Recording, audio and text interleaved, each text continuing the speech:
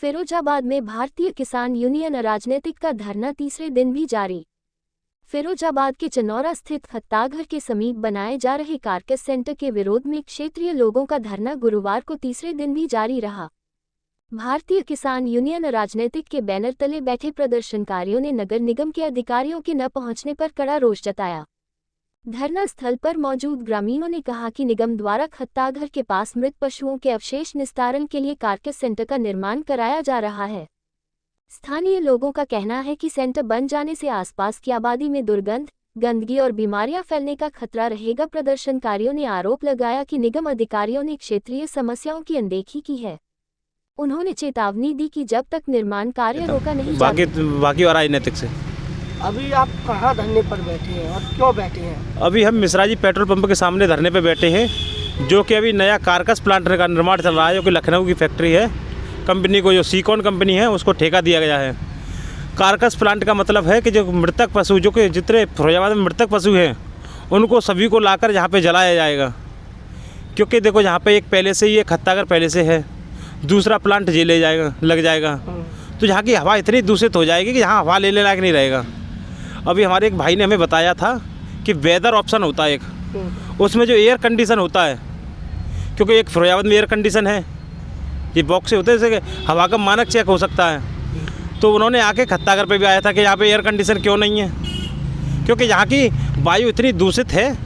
क्योंकि यहाँ red symbol है, बाज़ार में हल्का सा ग्रीन है, कि हरी ग्रीन तो अच्छा रहता है, लेकिन रेड बहुत ज़्यादा खतरनाक होता है। क्योंकि जितना जो आदमी एक दिन में 10 सिगरेट पीता है, और यहाँ की जो हवा है दूषित, सिगरेट का जो 10 सिगरेट पीने का हानिकारक, और यहाँ की जो हवा है जे अंदर लेने का हानिकारक, दोनों बराबर ही बताए गए हैं। क्योंकि यहाँ बिल्कुल रेड है एयर कंडीशन में, यहाँ की हवा शुद्ध नहीं है, लेने लायक नहीं है। आर्टिकल 21 के तहत हर नागरिक को अपना अधिकार है कि शुद्ध हवा लेने का। और जहाँ जो खत्ताघर बना है उनको, अब उसमें एक सुबह, कल जब धरना लगा था हमारा 11 तारीख को, तब सुबह एक अधिकारी आए थे। उन्होंने कहा था कि ये दीपावली से 2 दिन पहले एनओसी मिली है इसकी, जो कि 2017 से खत्ताघर चल रहा है। 2025 में आकर जो भी दीपावली से 2 दिन पहले एनओसी मिली है, तो मतलब ऐसा अवैध चल रहा था। इसको लेकर सभी क्षेत्र में रोष है, इसलिए हम 11 तारीख से अनिश्चितकालीन धरने पे बैठे हुए हैं। तो आगे क्या प्रक्रिया रहेगी आपकी? आगे ये प्रक्रिया रहेगी, आपकी प्रमुख मांग हमारी ये कारकेस प्लांट का बिल्कुल रोक लगाई जाए इस पर। और दूसरी खत्ताघर को, जो कि हमने 3 महीने पहले धरने लगाया था, उसमें नगर उपायुक्त साहब थे, एसडीएम साहब थे, सिटी मजिस्ट्रेट साहब थे। उन्होंने हमें बताया, हमें आश्वासन दिया था कि अगर 3 महीने का हमें टाइम दो, 3 महीने में नया एक खत्ताघर सा बन रहा है सोफी साहब की तरफ, उसको वहाँ शिफ्ट कर देंगे, जहाँ एक डीजल का, जैसे नगर निगम की गाड़ियों को डीजल का पर्याप्त मात्रा में एक पेट्रोल पंप से बना देंगे, जो यहाँ से डीजल जाया करेगा, और वहाँ पे अपने नगर, वहाँ पे पूरे ज़िले का कूड़ा वहीं जाया करेगा।